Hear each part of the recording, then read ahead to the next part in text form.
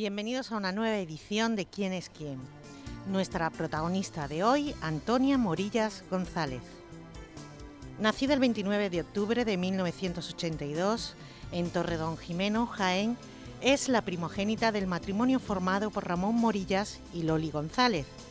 Tras el nacimiento de Toni, más tarde llegarían Ramón y la pequeña de la familia, Isabel.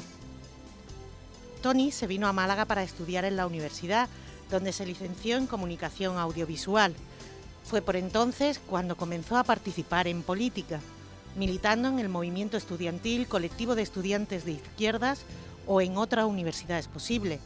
Durante esa época fue miembro del claustro de la UMA y portavoz del Grupo Claustral. Ingresó en la Unión de Juventudes Comunistas de España en 1996 y ha sido secretaria general de la Juventud Comunista de Andalucía, secretaria de Juventud del Consejo Andaluz de Izquierda Unida y secretaria del área externa del Comité Central de la Unión de Juventudes Comunistas de España. Desde el año 2011 es concejala del Ayuntamiento de Málaga y diputada provincial, además de portavoz del Grupo de Izquierda Unida en la Diputación Provincial. Firme defensora del feminismo, la igualdad de género y la democracia participativa, afirma: para mí ser comunista es luchar contra la injusticia, contra el capitalismo y el patriarcado, y es tener la mirada limpia y sensible hacia los sectores más desfavorecidos en el mundo. Hoy, en ¿Quién es quién?, Toni Morillas.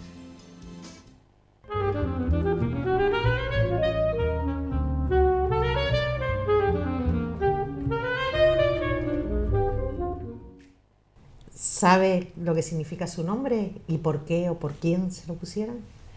Bueno, sí, me lo pusieron por mi abuela Antonia, la madre de mi madre, que falleció muy pronto, con 29 años. Mi madre fue hija única y estaba claro que la primera niña tenía que hacer de alguna manera homenaje a mi abuela, que además una persona que no he conocido pero que la he tenido siempre muy presente como una referencia en mi vida. Sí.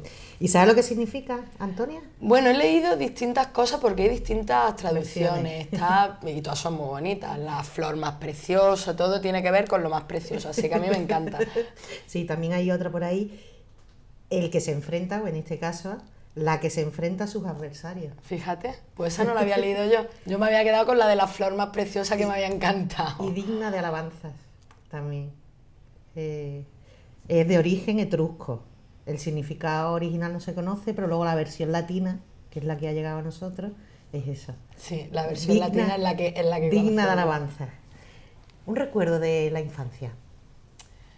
Bueno, de mi infancia tengo muchísimos recuerdos, pero recuerdo sobre todo cuando vivía en La Pedriza, que era una aldea muy pequeñita de unos 500 habitantes, que vivía allí con mi madre, que era y es maestra. Y recuerdo sobre todo los juegos y la vida en la calle en aquel pueblo, donde la mayoría de los niños y de las niñas que vivían y que estaban conmigo en el colegio tenían a sus padres emigrados en Suiza, y la inmensa mayoría vivían con su abuelo y su abuela, y era siempre un motivo de fiesta. Además, cuando ellos venían en el verano a visitarlos y demás, era el momento de fiesta del pueblo, y esos momentos de ese pueblo donde viví 4 años son los que recuerdo también con más cariño, y también por ese espacio común que compartíamos mi madre y yo viviendo sola. ¿Y aquella niña qué quería ser de pequeña? Yo estaba quería ser de todo. Yo me planteé ser camionera porque me encantaba viajar y me imaginaba que iba a ir con el camión a muchísimos sitios.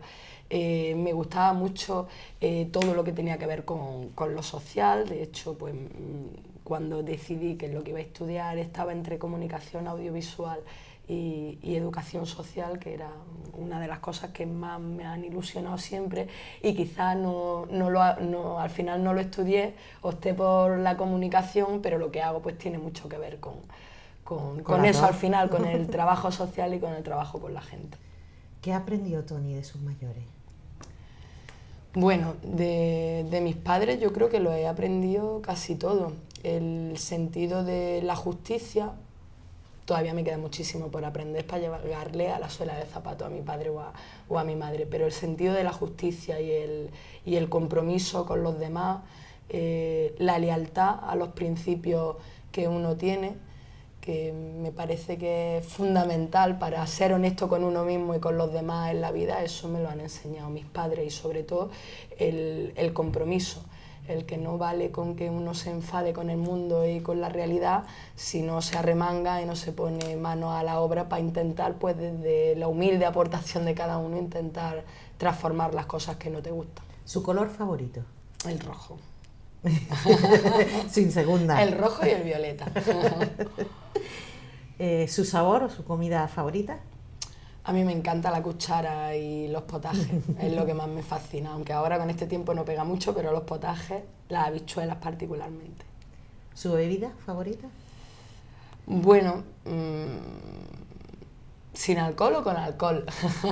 Esto es como cada uno la prefiere. Sin alcohol suelo beber Coca-Cola, con alcohol de vez en cuando me suelo tomar un ron. Muy bien. Si le tuviera que poner música a su vida, ¿qué tipo de banda sonora sería? Es decir, ¿qué tipo de música le gusta escuchar a Toni? Bueno, yo escucho muchos tipos de música. Ahora, concretamente, estoy con Calle 13, que además voy a intentar, hay un concierto que hay en el mes de julio, estoy ahí intentando organizarme a ver si consigo ir. Pero la verdad que escucho desde jazz a rock, escucho música bastante distinta. Y muchas veces también para desconectar me pongo cualquier música comercial que no me haga pensar demasiado. Yo tengo un amigo que dice, a mí me gusta la buena música. En general. Luego No, a mí me tipo. gusta música muy distinta, la verdad, y va por etapas, y también yo creo que Del la estado de música, ánimo, la de lo que música, estés ahí va, la haciendo, música ¿no? tiene mucho que ver con qué estás haciendo, no es lo mismo la música que te pones cuando tienes que arreglar la cocina que cuando estás leyendo o cuando estás haciendo otra actividad. Sin duda. ¿Y el cine? ¿Le gusta el cine? Mucho. Es cierto que voy poco y bueno, en distintas páginas en internet lo que consumo, pero sí, me encanta el cine, me gusta mucho el cine de Kusturica y de Goran Bregović, que trabajan mucho juntos, películas como Dogville, que creo que revolucionaron y que bueno, que en cómo entendían el espacio, eliminando los escenarios y demás, y conseguir que el espectador se imaginara el escenario que había, son auténticas obras maestras, me encantan. Lo que pasa que es cierto que últimamente pues son de los hobbies que tengo menos cultivados. Un poquito abandonados. Sí. ¿Y la lectura le gusta? También mucho. Es cierto que yo a veces lo pienso y digo, este tiempo, ¿no?, en el que estoy dedicada ahora a la concejalía, a la diputación y demás, hay muchas cosas que uno aparca, ¿no? Pero la lectura para mí por la noche es sagrada para poder dormirme, nada más que para poder dormirme. Muchas veces me meto unos auténticos peñazos que digo, normal que me quede dormida. Ahora concretamente estoy con un libro que se llama Otras Inapropiables, que es una recopilación de distintos artículos de feministas de ahora, que están teorizando sobre la crisis de cuidados que se está dando y demás, que están haciendo unos planteamientos bastante novedoso, y que estoy ahí metida. ¿Y la televisión? ¿Queda tiempo para la televisión? ¿Le gusta la televisión que hay hoy día? No, la televisión que hay ahora no me gusta, intento evitarla.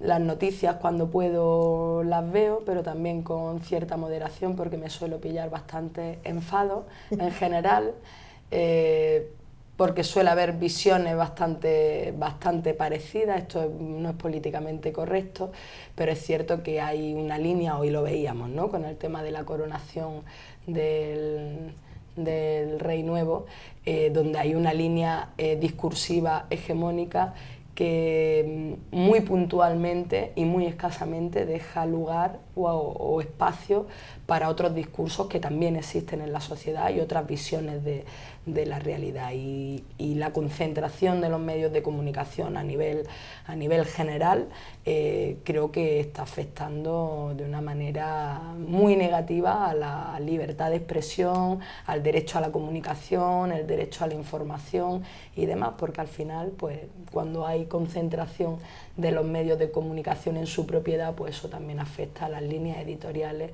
y a las visiones que se contienen.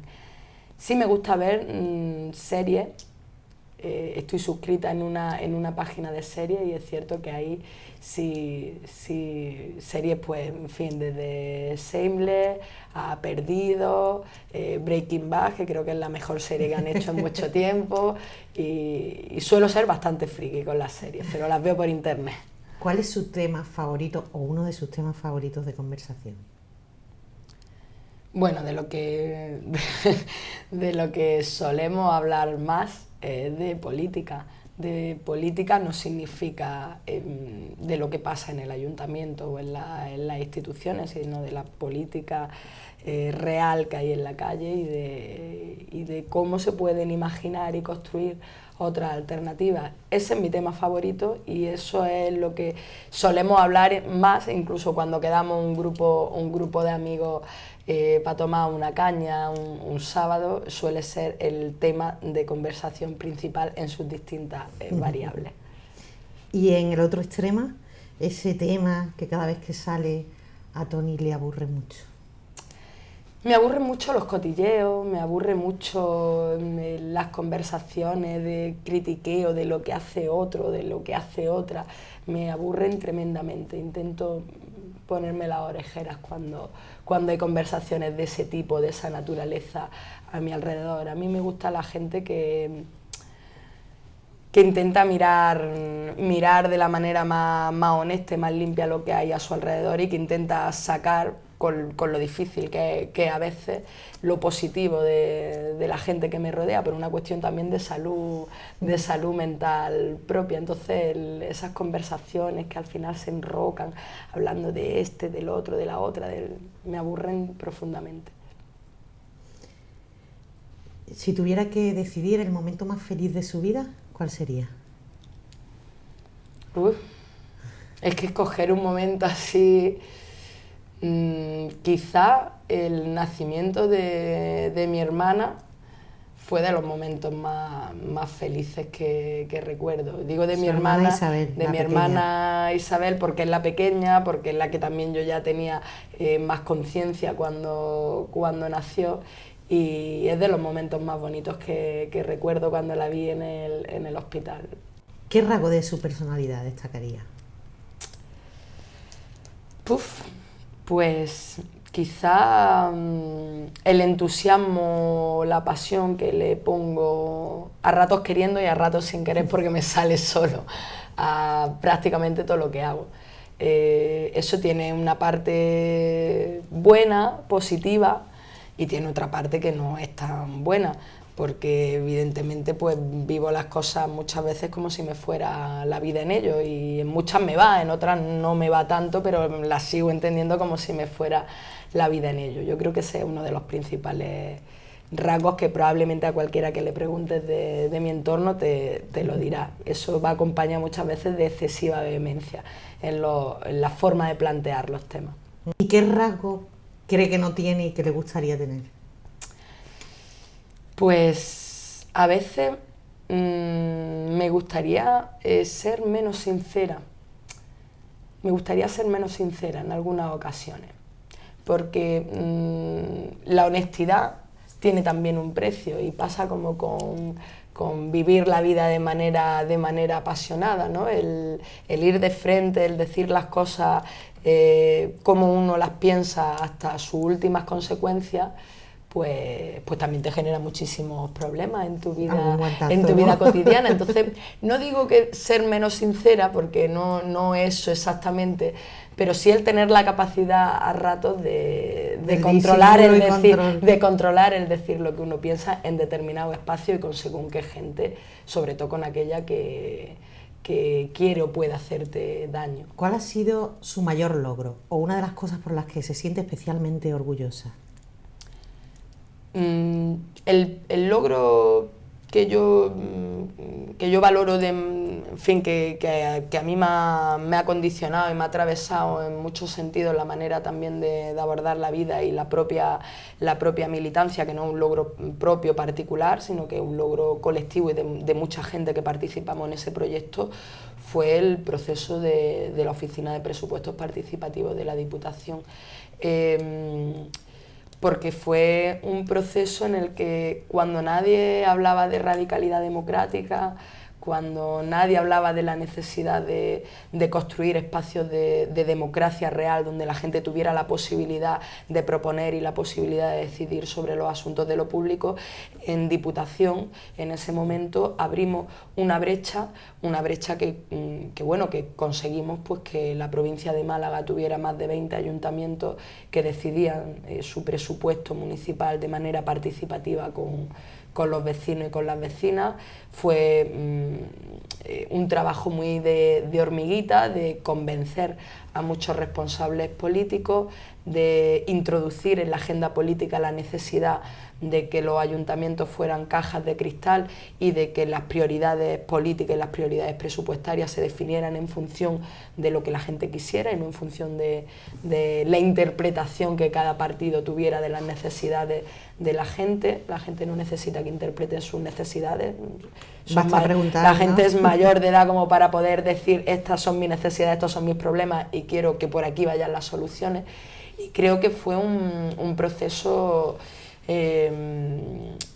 ilusionante a todos los niveles, donde conseguimos involucrar a muchísimas redes ciudadanas, a muchísimos vecinos, mujeres mayores que era la primera vez que participaban de un espacio común y que les transformó la vida completamente y que empezaron a plantearse muchísimas cosas.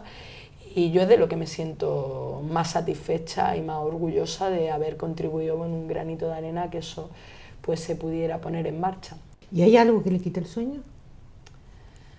Bueno, muchas cosas, claro, muchísimas cosas.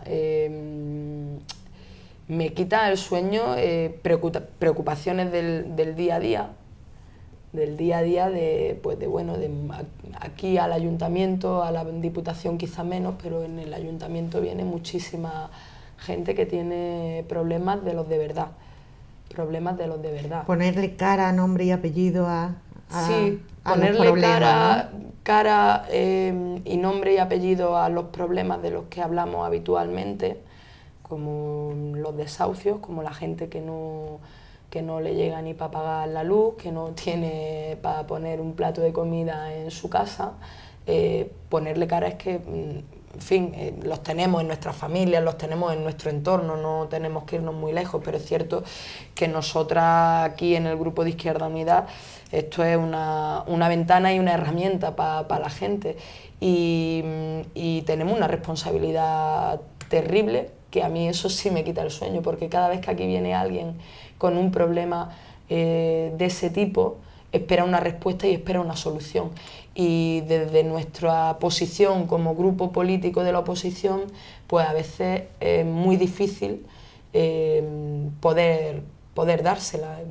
Sinceramente, es complicado. Podemos pues abrir brechas, presentar iniciativas en el ayuntamiento, trasladarle el problema a tal o cual concejal del equipo de gobierno, invitarla a que se organice con otro, por ejemplo, en la plataforma de afectados por la hipoteca, pero esa solución que muchísima gente cuando viene aquí espera, pues no siempre es fácil y no siempre es de hoy para mañana, y los problemas son de hoy para ayer. Entonces, eso es lo más difícil y lo que a una le quita más el sueño, ¿no? Porque al final estamos aquí para resolver esos problemas, y cuando te das cuenta de que te faltan herramientas, de que la capacidad de llegar es muy difícil, pues es complicado. ¿Un deseo que le quede por cumplir? Me quedan muchísimos, El principal deseo es que yo quiero ver que este mundo funciona de otra manera. Yo quiero ver con mi ojo, y mi hijo y mi hija, si algún día los tengo, puedan tener el derecho a una vida digna, puedan disfrutar de los derechos humanos que tenemos reconocidos, no tengan que estar perdiendo el sueño por lo que hablábamos antes, no tengan que perder el sueño por ver cómo pagan el recibo del agua o ver cómo pagan el recibo de la luz. Y yo aspiro a que eso lo podamos ver algún día y que yo lo pueda ver con mi ojo. ¿Es feliz, Toni Morillas? Sí, a ratos, como todo el mundo. La felicidad no es un estado permanente. Hay momentos de tremenda felicidad donde dices lo que estamos haciendo es útil, vale, sirve, y hay otros donde no. Y yo creo que como el resto de la humanidad pues se van alternando y se van compensando. ¿Lo que más aprecio de los demás qué es? Pues la entrega. Yo aprecio mucho a la gente que se entrega a los demás. ¿Un personaje de la historia?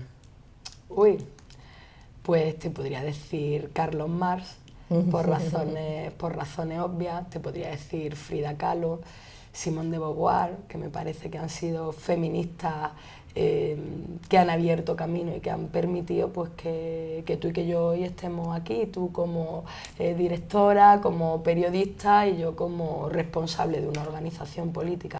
Imagine que tiene una máquina del tiempo. ¿A qué época de la historia le gustaría trasladarse? A mí me gustaría trasladarme dos épocas. Una, probablemente los años 60, para vivir todo lo que fue las revoluciones de nuevo tipo que abanderaron los jóvenes, los estudiantes, coaligados con el movimiento obrero y demás, y que significó el avance y la conquista, fundamentalmente la conquista de muchísimos de los derechos civiles, la mayoría de los que ahora nos están intentando arrebatar. O sea que tenemos que pelearlo con uñas y dientes porque han sido conquistas de nuestros antepasados, de nuestros hermanos de clase, además de muy reciente. Y el siglo XIX me parece un siglo apasionante, los finales del siglo XIX, principios del siglo XX, por toda la historia que arranca ahí del movimiento obrero y de eso, de la conquista de lo que ahora nos intentan arrebatar. Yo lo digo siempre, a nosotros no nos han regalado nada, ni el derecho al trabajo, ni el derecho a la vivienda, ni el derecho a la libertad de expresión han sido regalos que nos hayan venido por inspiración divina ni regia. Han sido conquistas peleadas con trabajadores que se han puesto en huelga y que han muerto, como el origen del 8 de marzo, ¿no? Por las mujeres a las que aquel asesino prendió fuego porque estaban en huelga reclamando unas mejoras en sus condiciones laborales. Por tanto, yo creo que toda la historia del movimiento obrero, especialmente en la última parte del siglo XIX y la primera del XX, me hubiera encantado poder vivirla, pero como no la he vivido, pues por eso intentamos que esos derechos que ellos conquistaron no se vayan por el sumidero. ¿Quién es la persona que mejor conoce a Toni Morillas? Mi madre, sin lugar a dudas. ¿Tiene ídolos? No. ¿Y vicios? De esos confesables. Fumar mucho, como atestigua mi voz suave y aterciopelada. ¿Qué le gustaría aprender? Pues muchísimas cosas. No te sé decir una cosa en concreto que me gustaría aprender. Yo creo que todos los días vamos aprendiendo. ¿Lo mejor y lo peor de la política? Bueno, lo mejor es que te da la oportunidad de poner el altavoz a aquellas causas y situaciones que consideras justas. Y yo creo que desde Izquierda Unida, estamos trabajando desde esa convicción, teniendo presente que tanto aquí como en la Diputación estamos en la oposición, que es la de ponerle el altavoz a los conflictos sociales que se dan en Málaga. Lo peor, pues que hoy hay una política que no sirve. Eso es lo peor. A veces da la sensación prácticamente que se participa de un teatro, ¿no? Yo a veces tengo esa sensación a veces cuando estamos en los plenos, ¿no? Y nos tiramos horas y horas debatiendo, cuando las posiciones están súper cerradas, cuando cada uno sabe lo que va a votar el grupo político de enfrente.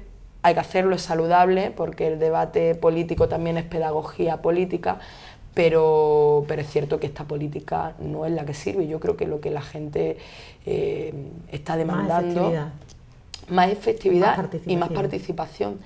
Yo creo que tenemos dos ejemplos que son dos indicadores de que la gente está reclamando no ser un invitado de piedra y poder ejercer plenamente como ciudadano. Y tenemos dos ejemplos además muy recientes.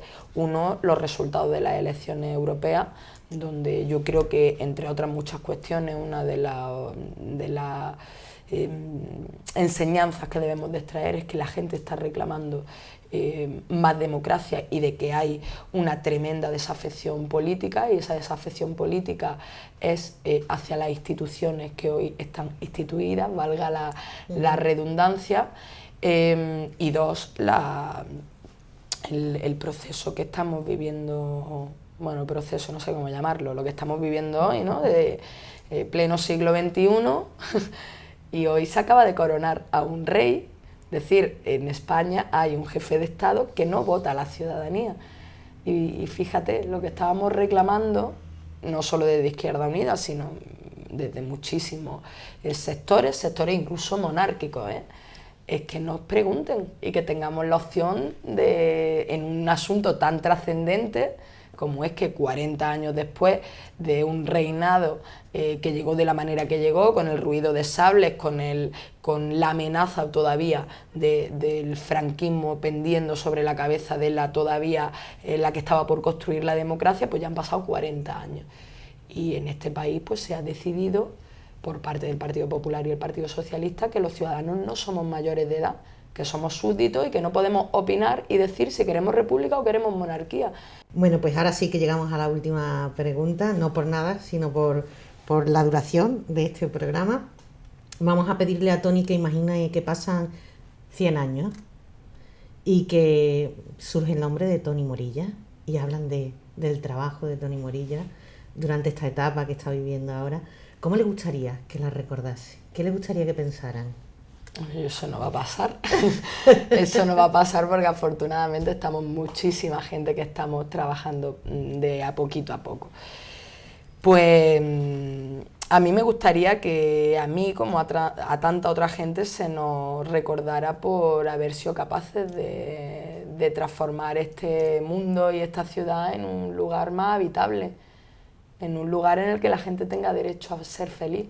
Con eso, ni más ni menos, ni más ni menos, con que se me pudiera recordar con que puse un granito de arena para que ese derecho a la felicidad que debemos de tener todos sea real y sea efectivo. Con eso estaría contentísima. Pues Toni, muchísimas gracias por dedicarnos este tiempo y permitirnos conocerla mejor. Gracias a vosotros. Y hasta la próxima. Hasta la próxima.